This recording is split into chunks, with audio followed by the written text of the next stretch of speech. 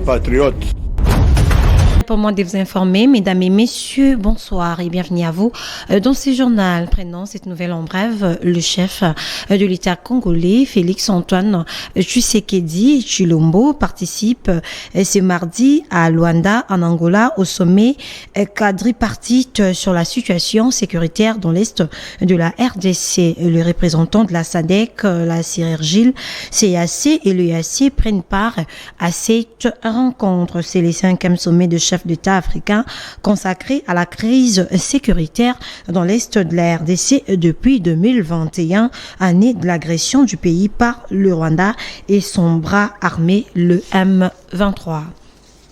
Eh bien, les détails de nos prochaines éditions.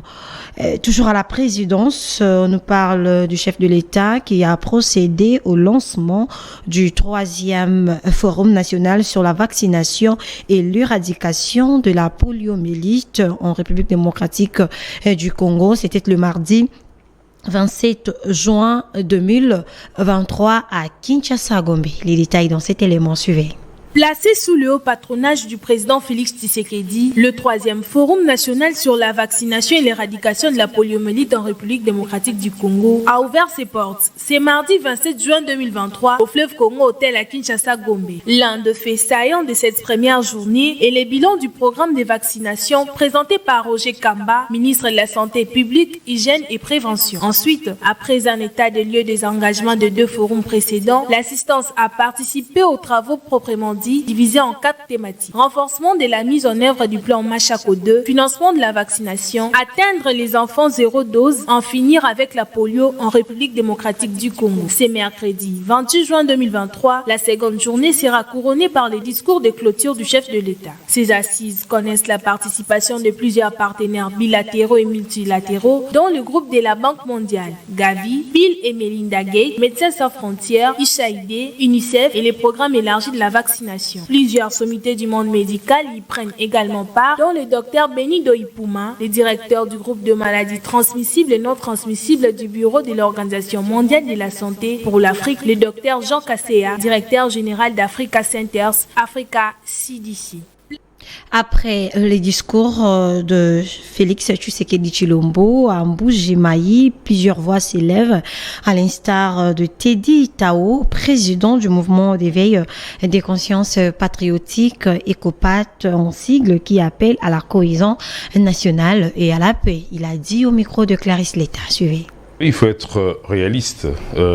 Ces histoires de tractation, ça fait depuis longtemps que nous en parlions, parce que c'est pas d'aujourd'hui que l'opposition est en train de revendiquer certaines choses par rapport à la clarté du fichier électoral et tout. La CENI a eu à insister que tout était parfaitement fait, qu'il y a eu des observateurs extérieurs, mais on voit que ce fichier pose problème. Et même quand on regarde au niveau des cartes des électeurs, je vois qu'il y a des cartes qui n'ont même plus des inscriptions. C'est-à-dire que ça fausserait quelque part sur l'électorat qui sera convoqué. C'est un vrai problème et ça commence, il faut dire la vérité, à poser un petit souci, et surtout que ça risquerait de créer des tensions inutiles, et pourtant le pays est en train de traverser un moment assez crucial et difficile. Il faudrait éviter qu'il y ait à chaque fois des tensions au pays. L'opposition hier, que faisait partie le chef de l'État, avec concours de la SENCO, ou même Jean-Marc Abound à l'époque, avait parlé de 50-50. C'est-à-dire que là, à cette époque-là, ça reconnaissait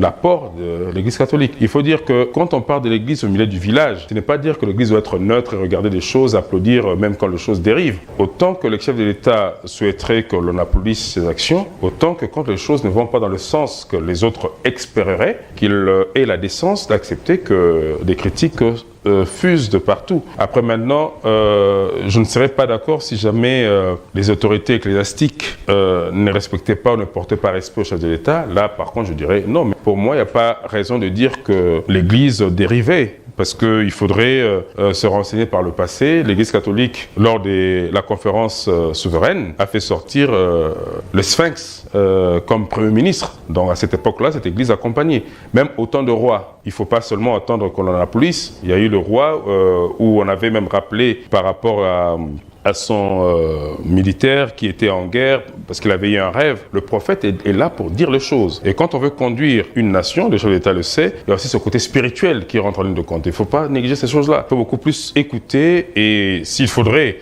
tirer la raison de ces critiques et orienter autrement le pays. Parlons société à présent. La ville de Kinshasa est confrontée par l'insécurité grandissante à travers le phénomène des enlèvements et des kidnappings après les mesures prises par les gouvernements provinciaux en vue de sécuriser les Kinois. Fumontoto, l'un des communicateurs de l'Union sacrée de la nation, salue ces mesures et demande aux autorités urbaines de veiller pour faire appliquer ces mesures en vue d'éviter le dérapage. Suivez. La ville-province de Kinshasa fait face depuis un moment à une insécurité qui ne dit pas son nom. Les cas d'enlèvement et kidnapping sont enregistrés du jour le jour dans plusieurs coins de la capitale. Après les mesures prises par le gouvernement provincial de Kinshasa, Fumontoto, l'un des communicateurs de l'Union sacrée de la nation, salue les décisions prises par les autorités urbaines et appelle à ces dernières de veiller quant à ceux pour éviter les dérapages. Aux proximités de Kinshasa, notamment du côté de Bandundu, il y a des mouvements anti-patriotiques et que ces gens-là ne peuvent commencer là-bas que pour chuter finalement à Kinshasa. Et donc toutes les décisions ou tous les actes d'autorité pris pour nous protéger sont le bienvenu. Mais il faut faire remarquer que nous devons prendre des décisions et aussi veiller pour qu'il n'y ait pas de dérapage.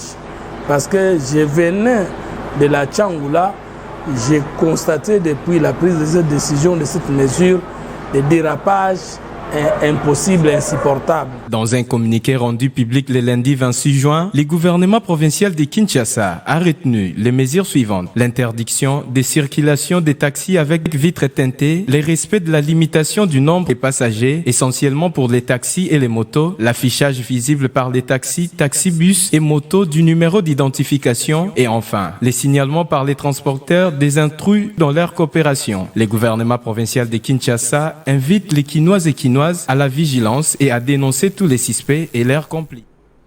Le Fonds spécial pour la promotion, l'entrepreneuriat et l'emploi de jeunes a procédé ce mardi 27 juin 2023 au lancement des programmes Talking Job Masterclass placés sous l'item employabilité de jeunes, échecs et réussite. L'activité a été organisée dans la salle de conférence des centres Wallonie-Bruxelles de Kinshasa. Était présent pour les comptes de cette télévision Rémi Mboui. Suivez. Ces programmes Talking Job Masterclass, lancés par les fonds spéciaux pour la promotion, l'entrepreneuriat et l'emploi des jeunes, visent d'améliorer l'employabilité des jeunes au travers l'apprentissage, ainsi que les partages d'expériences en vue de les préparer à la réussite de la vie professionnelle, a souligné le directeur général du fonds, Joseph Mbouimou Kendi. Talking Job est une série de masterclass qui a appelé à se dérouler dans les différents établissements publics et dans les différents établissements d'enseignement, les regroupements des jeunes afin de faciliter l'employabilité des jeunes. Le Talking Job Tour a pour mission principale de préparer les jeunes à l'amélioration de leur employabilité au travers l'apprentissage et le partage d'expériences. Ce programme répond à quelques problèmes majeurs de jeunes. Il s'agit de l'autonomisation de jeunes, la méconnaissance des techniques liées à la recherche d'emploi et aux techniques liées à l'entretien d'embauche. Il s'agit aussi de maîtriser comment composer son dossier d'emploi et quels sont les éléments nécessaires dans la constitution du dossier lorsque vous recherchez un emploi. La coordonnatrice des coordinations en charge de la jeunesse service spécialisé de la présidence, Chantal Yeloumoulop, a loué l'initiative du fonds. Je joins donc ma voix à celle du Fonds spécial pour la promotion, l'entrepreneuriat et l'emploi des jeunes à travers cette cérémonie de lancement solennel du programme Talking Job. en vue de redonner la force aux jeunes. Yves Moukoulou, ministre en charge de la jeunesse, qui a lancé ces programmes, pense que ceci va résoudre les problèmes de chômage en RDC. Mais je me réjouis des initiatives qui sont en train d'être mises en place par le Fonds spécial afin de réaliser la mission de promouvoir la jeunesse, de soutenir l'entrepreneuriat et l'employabilité des jeunes dans notre pays. Rappelons que cette manifestation a connu la participation de jeunes et plusieurs autorités du monde de l'entrepreneuriat. Devant les étudiants, le chef de brigade chargé d'entreprise de l'UGF a brièvement parlé de la mission des contrôles et d'encadrement des finances des provinces et d'entités territoriales décentralisées. C'était dans la grande salle de la faculté des sciences sociales, politiques et administratives de l'université de Kinshasa. Suivez. De la faculté des sciences sociales, politiques et administratives de l'université de Kinshasa a servi de cadre pour une grande matinée de réflexion scientifique portant sur le thème la gouvernance fédérale suisse et la gouvernance fédérale décentralisée en République démocratique du Congo. En présence des étudiants, des experts de plusieurs secteurs impliqués dans la gestion de finances publiques et contrôle des développements des entités décentralisées, notamment les BCECO, l'inspection générale de finances, service rattaché à la présidence de la République. Gabriel Kabanangi a profité de l'occasion pour partager avec l'assistance son expérience sur cette question. Un thème nous a été affecté. On nous a demandé d'intervenir sur le rôle et les missions de l'inspection générale des finances dans la gestion et l'encadrement des fonds publics alloués aux provinces. Pour sa part, l'ambassadeur suisse en République démocratique du Congo, Jasper Saro, s'est félicité de la qualité des interventions, mais il a émis le vœu de voir le gouvernement de la République démocratique du Congo et d'autres services qui interviennent dans le développement des entités décentralisées s'activer des avantages car le développement de la République démocratique du Congo en dépend. Moi, j'ai appris beaucoup aujourd'hui, notamment des autorités présentes, sur l'état de la décentralisation en RDC et en même temps on a eu aussi avec une intervention de l'Institut du fédéralisme en Suisse une petite présentation du fonctionnement du fédéralisme en Suisse. Très satisfaite, l'assistance composée de chercheurs, de chefs de travaux, assistants et quelques animateurs de province et les étudiants ont soumis aux orateurs quelques contributions pour la bonne marche de la décentralisation en République démocratique. Tout à fait autre chose à présent, le général Chico Chilambwe a procédé ce lundi 26 juin 2023 au lancement officiel des travaux de l'atelier d'évaluation à mi-parcours du plan des réformes de FARDC 2005-2008. Suivez. Chef d'état-major adjoint en charge des opérations et renseignements, qui représentait le chef d'état-major général des FARDC empêché, le général Chico Chitambwe, a procédé ce lundi 26 juin 2023 au lancement officiel des travaux de l'atelier d'évaluation à mi-parcours du plan de réforme des FARDC 2008-2025 dans l'amphithéâtre du Centre supérieur militaire, soulignant que ces processus entamés depuis 2008 est un exercice ponctuel qui permet de mesurer l'état d'avancement de la mise en œuvre du plan. Acteur privilégié de cette réforme, le Parlement a été représenté à cet atelier par les présidents des commissions de la défense et sécurité, leurs honorables Bertin Mugonzi pour l'Assemblée nationale et le général Baramoto pour le Sénat. Prenant la parole comme l'un des acteurs majeurs de cette réforme, le président de la commission de la défense et sécurité de l'Assemblée nationale, l'honorable Bertin Mugonzi, s'est exprimé en ces termes. La réforme à laquelle nous serons exposés en ces lieux doit nous permettre de rompre avec les pratiques d'autrefois et nous placer sur le promontoire requis. Je nous invite au cours de ce séminaire d'évaluation d'étendre notre vision de cette réforme pour qu'elle ne se limite pas aux simples questions de formation, de l'équipement, des infrastructures et des textes. Au nom du chef d'état-major général des FARDC empêché, le chef d'état-major adjoint a rappelé les plans de réforme de l'armée initiés en 2008 qui comportent 3 phases importantes. Honorable président de la commission de défense et sécurité de l'Assemblée nationale, au nom du commandant suprême des forces armées de la République démocratique du Congo, avec l'expression de mes hommages les plus déférents et au nom du chef d'état-major des forces armées de la République démocratique du Congo, je vous souhaite la bienvenue dans cet amphithéâtre.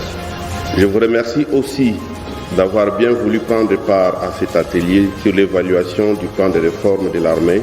Je déclare ouverte l'atelier sur l'évaluation du plan de la réforme de l'armée. Je vous remercie. Signalons que la représentante de la MONUSCO a brossé les tableaux des appuis de sa mission de coopération avec les FARDC et son engagement à poursuivre cet accompagnement tout en relevant les problèmes des 5 piliers de la réforme, dont notamment la formation, l'équipement, les casernements, la gestion des ressources humaines et la... Le gouverneur de la ville-province du Haut-Katanga, Jacques Kabula Katwe, a procédé au lancement officiel des épreuves de l'examen d'État édition 2022-2023 au centre du collège Saint-Boniface Kitoumani. Nous sommes dans la province éducationnelle du Haut-Katanga. Un élément de Jessica Nkoulou rendu par Bienvenue les mains. Conformément au calendrier scolaire, les épreuves certificatives de l'examen d'État édition 2022-2023 ont bel et bien débuté ce lundi 26 juin 2023 à Lubumbashi. C'est le gouverneur de la province du Haut-Katanga, Jacques Kabula Katwe, qui a procédé au lancement officiel des épreuves au centre du collège Saint-Boniface Kitoumani dans la province éducationnelle du Haut-Katanga. Prenant la parole à cette occasion, M. Nicolas Nyangé, inspecteur principal provincial de l'EPST Haut-Katanga 1, est revenu sur les enjeux de l'examen d'État édition 2022-2023. L'examen d'État totalise aujourd'hui 57 ans d'existence. C'est une institution qui s'améliore au jour le jour. Si hier, nous avons loué l'informatisation de sa correction, aujourd'hui, nous saluons la numérisation des fichiers E01 et E02, permettant ainsi aux finalistes d'acquérir leur diplôme aussitôt après la proclamation des résultats. De son côté, le premier citoyen de la ville de Lubumbashi, Jacques Kabula, a indiqué ce qui suit. Je me permets de lancer officiellement la tenue des épreuves d'examen d'État, session ordinaire 2023, sur l'étendue de la province du Haut-Katanga. Je vous remercie. Par ailleurs, quelques participants aux épreuves de l'examen d'État se sont exprimés quant à ce. Bon, je me sens un peu stressée, donc je stresse. C'est pour la première fois que tu fais ça? Oui. J'ai aussi un peu peur. Tu as peur? Oui. Je me suis bien préparée, je lis à la maison, je révisais. Ça va bien se passer, je la fais en Dieu. Tout sera mis. Bon, un peu stressé, mais ça va. On a eu à étudier depuis plusieurs années déjà. Ça fait déjà 6 ans qu'on étudie, donc ils doivent tous avoir confiance en eux. Ici est de noter que, par rapport aux statistiques enregistrées cette année, selon l'IPP, 77 127 candidats prennent part à ces épreuves dans la province, dont 34 930 filles et 42 696 garçons pour 157. Parlons sport à présent. En prévision du tournoi FATCHICAP, le ministre des Sports et Loisirs, François-Claude Kaboulou a délégué le dimanche dernier une forte équipe de son cabinet au centre technique Kourarampova pour suivre l'évolution de la préparation des léopards U20 avant leur première sortie le 1er juillet 2023 au stade de Martyrs. Toutes les batteries sont mises en marche sur le plan organisationnel, mais aussi technique pour les léopards U20. Le dimanche 25 dernier, le ministre des Sports et Loisirs François-Claude Kaboulou a délégué une forte équipe pour s'enquérir de la situation des préparatifs des léopards U20 avant le go du tournoi UNIFAC FATCHICAP qui est prévu dans quelques jours. Une délégation composée du conseiller en charge des sports, du conseiller également en charge d'études et de la cellule de communication du ministre des Sports. C'est confiant aux joueurs, au nom du patron des sports congolais, les ambassadeurs du ministre ont boosté le moral de jeunes léopards. On compte sur vous et tout le monde sera derrière vous. Donc, ayez en tête de viser beaucoup plus loin vous aussi. La population congolaise attend une bonne prestation des léopards dans ces tournois, raison pour laquelle le gouvernement a mis tous les moyens nécessaires. Je crois que si vous gagnez ces trophées, vous aurez d'autres motivations. Ça, c'est pour vous pousser à être plus que motivé. Ok? On peut compter sur vous? Très honoré par cette visite, Guy Boukassa, sélectionneur principal des Léopards U20, a promis la réponse pour samedi prochain au terme du match RDC-Tchad. Côté athlète, Michekin, nouvellement appelé en sélection, s'est dit content et fier de porter pour la première fois le maillot de la RDC. Mes impressions, c'était très bien. J'étais très heureux. J'étais content pour jouer pour le Congo. Et je crois qu'on va faire des bons trucs au Fatih Cup. Fatih Cup, tournoi de l'Union des fédérations de l'Afrique centrale, réunira au Stade des Martyrs dès le 1er juillet prochain 6 pays d'Afrique centrale dans la catégorie des moins de 20 ans pour le... Les Léopards rugby de la RDC ont fini 11e à la première fenêtre des éliminatoires des Jeux Olympiques Paris 24 et vont rater le prochain tour après leur lourde défaite enregistrée face au Nigeria le dimanche dernier sur une note de 9-47. 25-0. C'est la seule victoire de la RDC obtenue par forfait au premier tour qualificatif aux Jeux Olympiques Paris 24 organisé en île Maurice devant les Lesotho. La RDC a perdu tous ses matchs livrés sur le terrain. D'abord 0-47 contre les Ghana, 17-21 contre les Burundi et 19-37 face à la même équipe du Burundi. Ce dimanche, sans oublier le Nigeria qui a battu la RDC sur le score lourd de 9-47. Bref, la République démocratique du Congo n'a pas fait les points dans ces tournois tels que les résultats les démontrent. Pour cause, les Léopards de la RDC n'ont pas pu effectuer une très belle préparation avant d'entamer la compétition. C'est pourquoi nous avons des talents dans notre pays, à l'extérieur du pays. Ce qui nous a manqué, c'est la cohésion. Nous avons des stars. Malheureusement, on n'a pas eu le temps de se préparer. Et les jeunes sont venus à la veille. Ils n'ont pas eu le temps de se préparer moralement, physiquement, mentalement. Donc, nous avons l'ambition de faire mieux. Quoi qu'il arrive, cela ne fait aucunement raison de décourager, mais l'équipe de la FECO Rugby promet de rebondir d'une autre manière à Lusaka avec les Léopards dames qui vont jouer la même compétition en fin juin courant avec une autre motivation. Qu'avec le match qui sera joué par le Léopard dames, je crois qu'ils auront les moyens nécessaires puisque le ministre a déjà engagé le ministre du Budget et le dossier aux finances. J'espère qu'ils vont le faire dans le meilleur délai. Et toutes les conditions seront réunies et les filles, nous avons l'espoir aussi qu'ils vont se qualifier.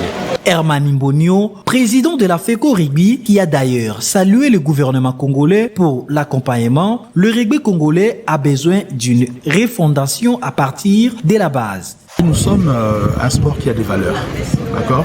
Et le rugby, contrairement à d'autres disciplines, c'est un sport qui insiste sur les valeurs. Les valeurs, c'est d'abord la bonne gouvernance, l'éthique, la transparence, l'ouverture. Quand vous avez une ligue nationale amateur, dans nos statuts, les choses sont claires. C'est la ligue qui organise les compétitions domestiques. La fédération vient en soutien. Donc c'est normal que quand les Léopards se déplacent, que le président de la ligue nationale amateur, qui est leur patron, qui les gère au quotidien, qui organise les compétitions de tous ces clubs dès la République, soit là. C'est juste une application stricte de nos statuts. Je suis le président, il est le président de la Ligue nationale amateur, on est complémentaires. La RDC est en train d'apprendre à jouer contre les adversaires beaucoup plus outillés qu'elle et surtout plus habitués à ce genre de compétitions. Eh bien, c'était la voix de Dieu merci, Nanigo. Mesdames et messieurs, à présent, nous allons prendre la revue de presse.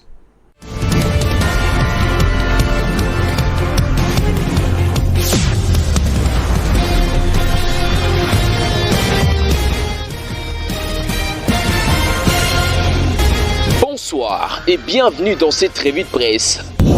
Mediacongo.net ouvre le bal des titres à sa une. Monseigneur Cholet à Tshisekedi. Il n'y a aucune dérive de l'Église catholique. Les différents messages des évêques s'inscrivent dans la doctrine sociale de l'Église. Ces médias expliquent que la conférence épiscopale nationale du Congo a par le biais de son secrétaire général rassuré qu'il n'y a aucune dérive de l'Église catholique et que, a-t-il souligné, les différents messages des évêques s'inscrivent dans la doctrine sociale de l'Église catholique. Mediacongo.net poursuit. Donatien Cholet dit par ailleurs comprendre que le chef de l'État Mbouji Mbujimaï a réagi avec la colère. Je crois que le chef de l'État n'a pas lu notre dernier message. Il s'est contenté de ce qu'on lui a apporté certainement par des gens qui n'aiment pas l'Église. Ces médias rajoutent que ce dernier a tenu de fixer pour la énième fois que l'Église catholique n'a aucun candidat. Elle prend position aux côtés de faibles. L'Église catholique a été du côté de faibles. Il y a eu un moment, pendant que la situation était chaude, c'est presque tous les 2 jours que j'étais à Limete, tard le soir, voir le vieux Étienne Tshisekedi pour échanger. Et en ces moments, il était en position de faiblesse par rapport à un pouvoir qui voulait tout imposer. L'Église reste dans cette dynamique. C'est ce qui a changé et que ceux qui étaient dans l'opposition sont maintenant au pouvoir, a dit Donancien Cholet. Cette interview de Monseigneur Donancien Cholet fait suite au discours tenu par le chef de l'État Félix-Antoine Tshisekedi Tshilombo à Mbujimaï, où ce dernier a dénoncé la dérive au sein de l'Église catholique. Poursuivons cette revue de presse avec la prospérité, qui titre à sa une 2024, Aimé Boji Sangara, déterminé à faire aboutir la réforme de la politique budgétaire en République démocratique du Congo. Ce journal explique que la République démocratique du Congo, en réponse aux exigences de plus en plus accrues des usagers, des citoyens et des contribuables, s'emploie depuis 2010 à travers un plan stratégique des réformes des finances publiques à réformer son cadre de gestion publique pour l'orienter vers le résultat, la recherche de l'efficacité et de l'efficience. Dans cet élan, la loi numéro 11/011 du 13 juillet 2011 relative aux finances publiques a été promulguée en vue de moderniser le cadre légal des finances publiques en instaurant une budgétisation fondée sur une logique de résultats au moyen de budget programme. La prospérité rajoute, selon la volonté des législateurs qui avaient prévu la mise en application des dispositions de la loi subventionnée de manière progressive sur une période de 7 années. À dater de sa promulgation, le basculement vers le budget programme devait avoir lieu au 1er janvier de la 8e année suivant celle de la promulgation.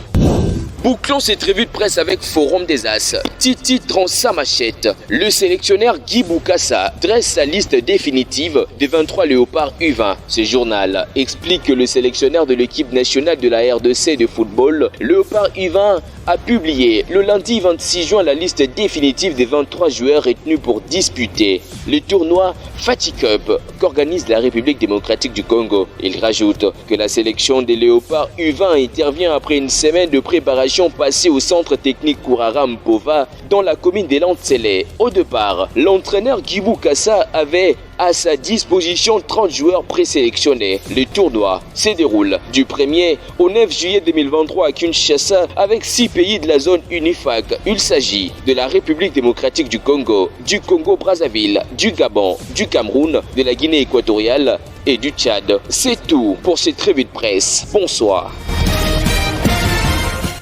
Bonsoir à toi, David Nzolantima, et merci pour cette belle sélection de journaux. Mesdames et messieurs, vous comprenez que c'est par ici que nous mettons un terme à cette session de l'information qui a été réalisée par l'ensemble de la rédaction, coordonnée par Jessica Nkoulou. Mesdames et messieurs, au nom de toute l'équipe rédactionnelle, nous vous disons merci de nous avoir suivis et restez branchés sur nos antennes. L'information continue. Au revoir. Mes chers compatriotes,